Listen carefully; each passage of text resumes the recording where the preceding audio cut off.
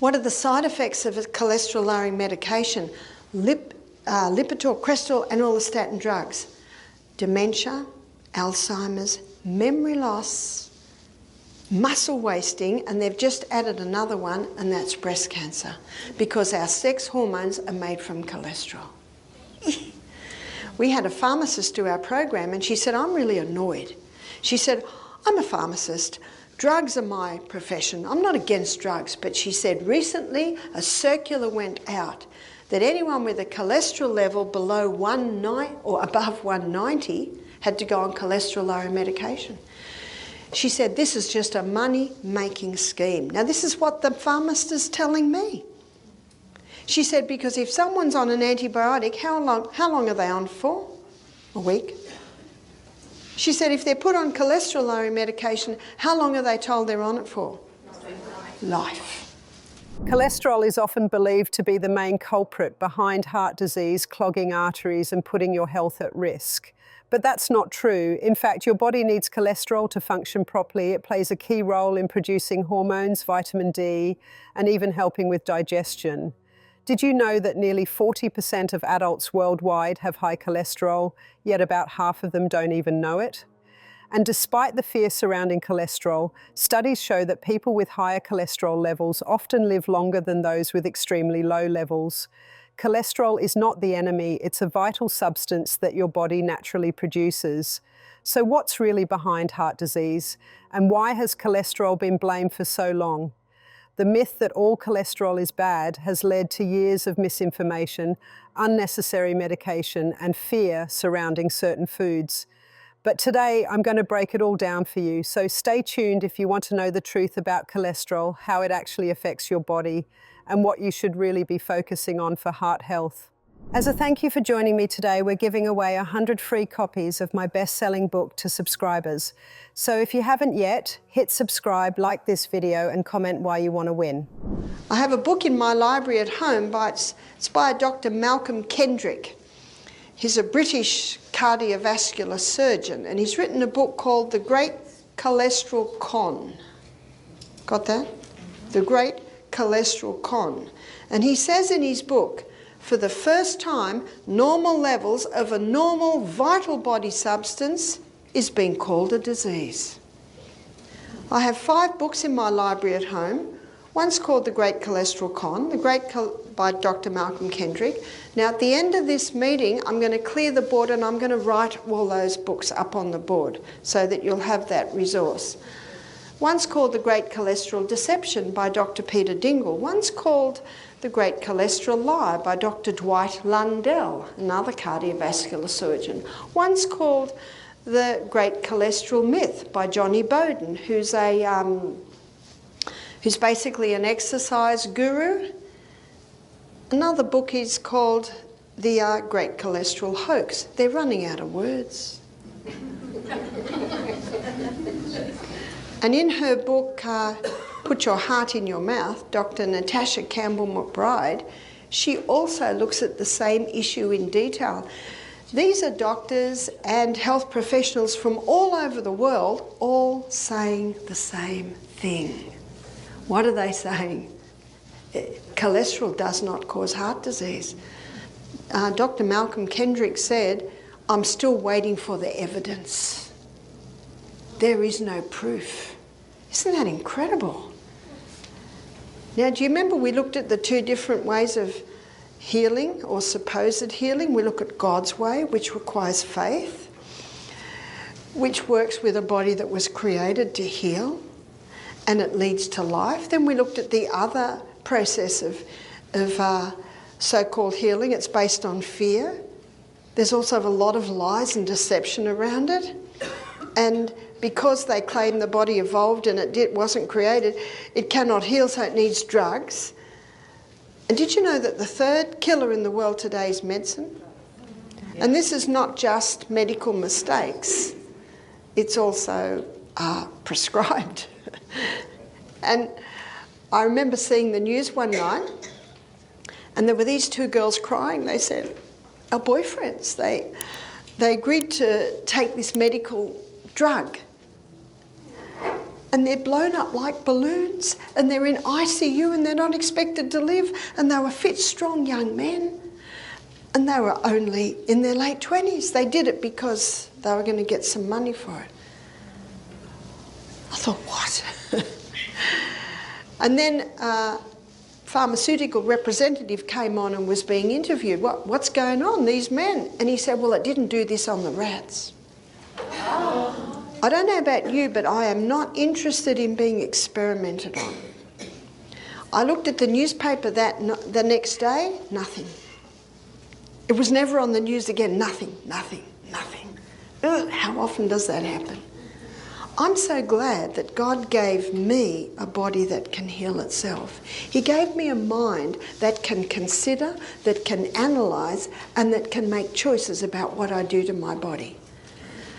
And a lot of people have been deceived, and a lot of people are ignorant about these basic ways of healing. And in the book of Acts in the Bible, chapter 17, verse 30, it says that God winks at our ignorance. Did you hear that? God winks at our ignorance, and so should we. Many people are sick because they did not realise it. And that's why I say to mothers, don't beat yourself up over this. You vaccinated your child because you wanted the best for your child. Isn't that true? You didn't realise. But now you know. There's no need to apologise to your child. You did the best. You just say, I didn't know. But now I know. That's why we should investigate. So now I'm going to tell you the truth on cholesterol. The liver makes cholesterol, and 80% of the cholesterol that the liver makes, it makes from glucose. And 20% of the cholesterol that the body makes, it makes from fat. Now, this one piece of information alone tells you it's not the butter on the bread, it's the bread under the butter. The wrong guy's been shot. Fat's been shot because of who it hangs around with.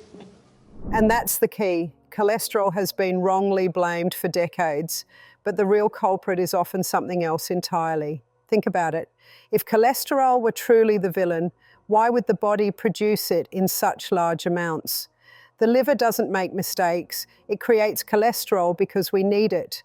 Every single cell in your body requires cholesterol to function properly.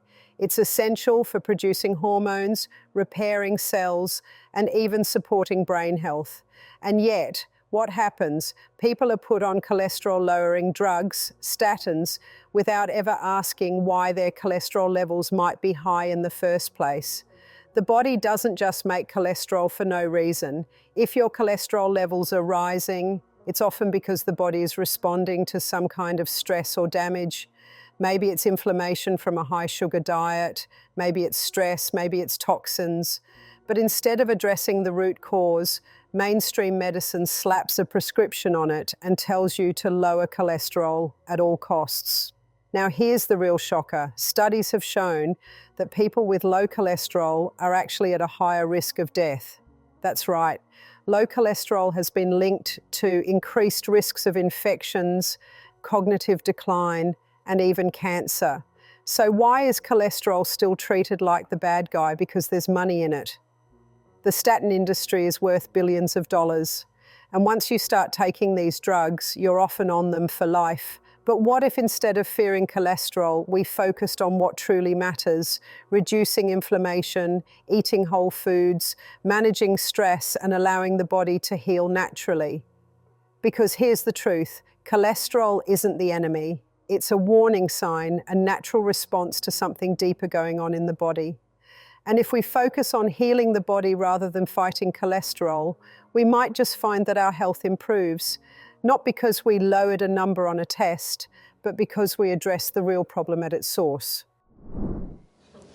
There are two main types of cholesterol that the liver makes. One is called high-density lipoprotein, and high-density lipoprotein is called the good guy, or the good cholesterol. Why is it called the good cholesterol? Because it carries excess cholesterol back to the liver. And so that's why it's called the good cholesterol. And the other main type of cholesterol is LDL. LDL, low density lipoprotein, and it's called the bad cholesterol. Yeah? Right. But the body doesn't make anything bad. It doesn't make anything bad. So why is it called the bad cholesterol? Well, first of all, let me show you what its role is in the body. LDL cholesterol is the repairer and the rebuilder. So whenever there's repair or rebuilding to be done, where will you find LDL? You'll find it there. But LDL does something else. It delivers cholesterol to the brain, and the brain loves cholesterol. Because the brain is the fattiest organ in the body. And looking at fuel, glucose runs at 4 calories per gram. Whereas fat, it burns at 9 calories per gram.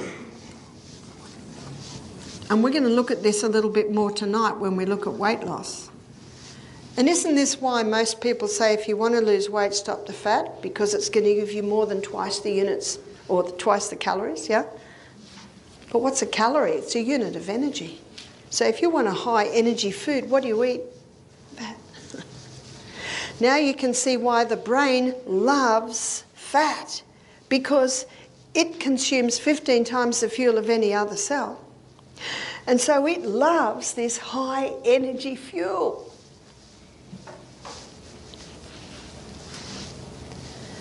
So let's look at the blood vessel and look at how these cholesterols work in the blood.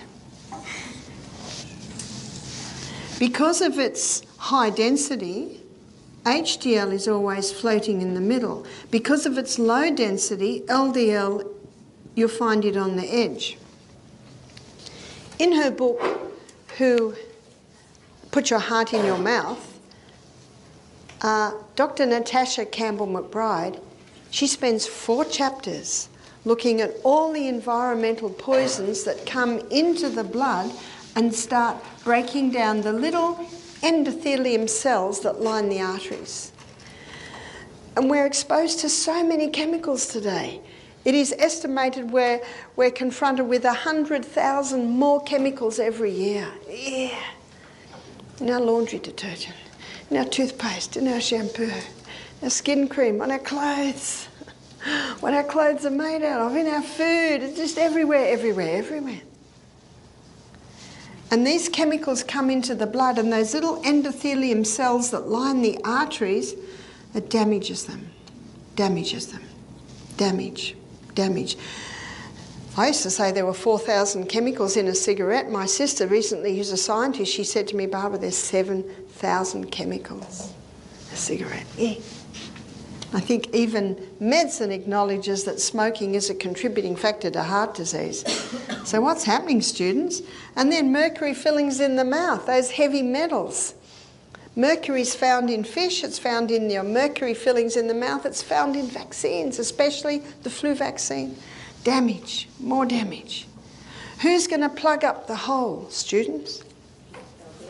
LDL. It's there on the edge, just waiting to do its job. Plugs up the hole. Whenever damage has been sustained by the cell, you've then got scar tissue.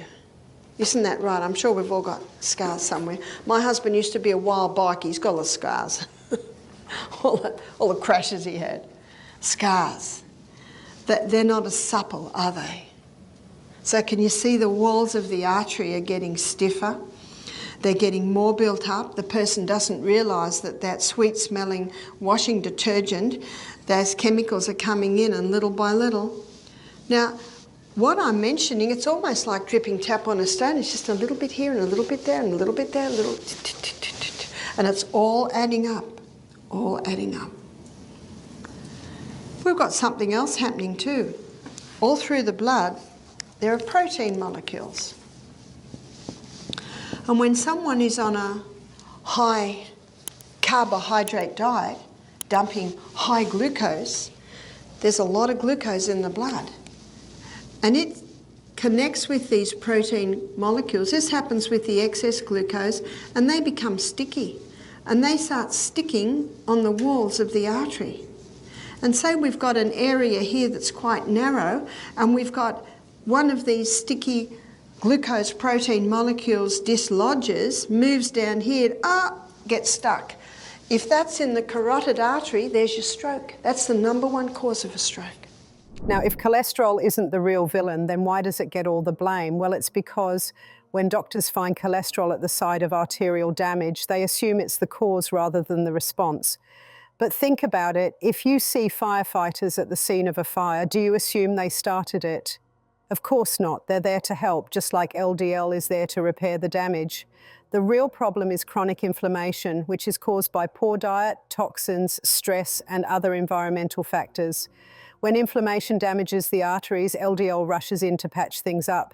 But if the damage continues over time, those patches build up, leading to blockages. So it's not the cholesterol itself, it's the constant assault on your arteries that's the issue. And here's something even more shocking. Studies have found that people with higher cholesterol levels actually tend to live longer. That's because cholesterol plays a crucial role in brain health, hormone production, and immune function. When cholesterol levels are too low, people are more prone to cognitive decline, depression, and even infections. So instead of fearing cholesterol, we should focus on reducing inflammation. How do we do that? By cutting out processed foods, avoiding refined sugars, and limiting exposure to toxins. Healthy fats, like those from avocados, nuts, seeds, and olive oil, actually support heart health. Regular movement, proper sleep, and stress management also play a huge role in keeping the cardiovascular system in balance. The truth is, cholesterol is not the enemy. It's a misunderstood, essential component of our health. The real danger lies in inflammation and oxidative stress, which come from poor lifestyle choices. When we take care of our bodies the right way, cholesterol does exactly what it was designed to do: support, repair, and sustain life. #1 killer in the world today is heart disease. So are the authorities doing anything to do about this? Yes. Unfortunately, there's no vaccine for it, they think. Well, there never will be a vaccine for it.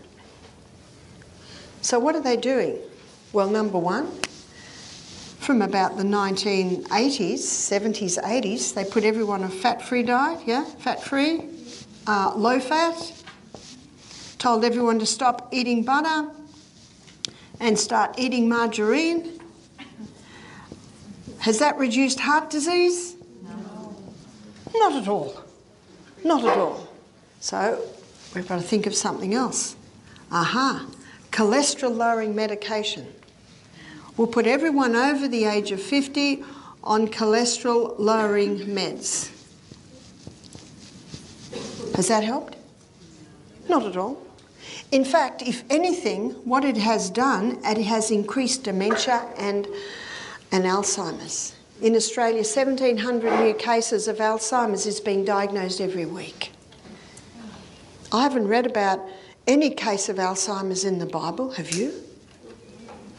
And yet some of those people, they lived to lower 800 years age, and their mind was clear. We've got the same minds, we've got the same bodies. So why is this happening? What is cholesterol-lowering medication? The statin drugs are the cholesterol-lowering medication. Lipitor, Crestor, they're probably the two most common.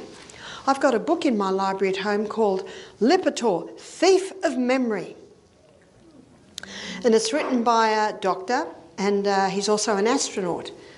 I think he was late 40s at this stage. He went to the doctor to have his yearly checkup. The doctor said, your cholesterol levels are a bit high. What were his cholesterol levels? His cholesterol levels were about 220. So the doctor said, I want to put you on some cholesterol-lowering medication. Why did he agree to go on it? He agreed to go on it because of this. No one wants to die, do they? 2 weeks later, his wife found him out in the garden. He didn't know who she was. He didn't know who he was. He didn't know where he was. This is a smart guy, astronaut, doctor. He stopped the Lipitor, and after a couple of weeks, his mind was clear again. A year later, or maybe 10 months later now, he goes to the doctor to have his yearly test. The doctor said, "Oh, cholesterol levels are still a bit high. I want to put you on that drug again." And he said, "No way." He said, "I nearly went mad on that drug." The doctor said, "This is very rare. I'll put you on half dose." He said, "Okay." 2 weeks later, his wife found him out in the garden. He didn't know who she was, didn't know where he was. Same scenario. So he stopped it immediately. He decided to put his story up on Google. And when they saw it, they said, "What a story, can we put it out there?"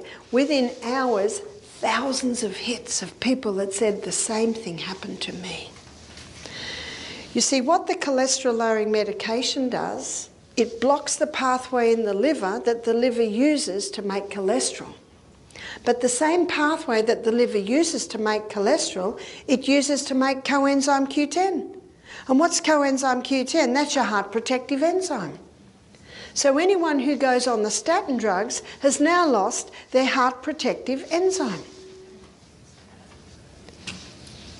Does that mean that someone who goes on cholesterol-lowering medication is actually more susceptible to heart disease?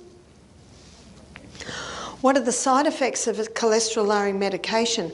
Lipitor, Crestor, and all the statin drugs. Dementia, Alzheimer's, memory loss, muscle wasting, and they've just added another one, and that's breast cancer, because our sex hormones are made from cholesterol. We had a pharmacist do our program, and she said, "I'm really annoyed." She said, "I'm a pharmacist. Drugs are my profession. I'm not against drugs." But she said, recently a circular went out that anyone with a Cholesterol-lowering medications, particularly statins, are widely prescribed to reduce LDL cholesterol. However, while they may lower cholesterol levels, they come with serious risks and side effects that many people are unaware of. One major concern is that statins interfere with the body's natural ability to produce cholesterol, which is essential for brain function, hormone production, and cell repair. The brain is made up of nearly 60% fat, and cholesterol is a key component of that. Studies have shown that low cholesterol levels are linked to cognitive decline, memory loss, and an increased risk of dementia. Some people on statins report brain fog, confusion, and even depression. Another danger is the impact on muscle health. Statins deplete coenzyme Q10, CoQ10, a vital nutrient for energy production in muscle cells. This can lead to muscle weakness, pain, and even severe conditions like rhabdomyolysis, where muscle fibers break down and release toxins into the bloodstream, potentially damaging the kidneys.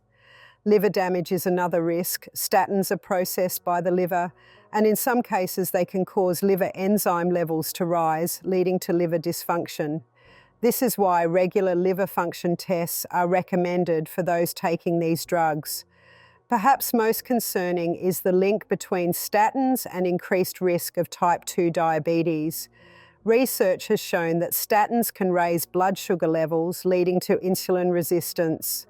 Ironically, while they are prescribed to prevent heart disease, they may actually increase the risk by promoting metabolic disorders. Instead of relying on medications with harmful side effects, addressing inflammation through diet, exercise, and lifestyle changes is a safer and more effective way to protect heart health. Lowering cholesterol artificially does not address the root cause of heart disease, inflammation, and oxidative stress. So now you know, cholesterol isn't the villain it's made out to be. Your body needs it, and the real issue lies in inflammation, processed foods, and lifestyle choices, not just cholesterol levels. If you found this video helpful, don't forget to like and subscribe for more eye-opening health content. And let me know in the comments, did this change the way you think about cholesterol? Thanks for watching, and I'll see you in the next one.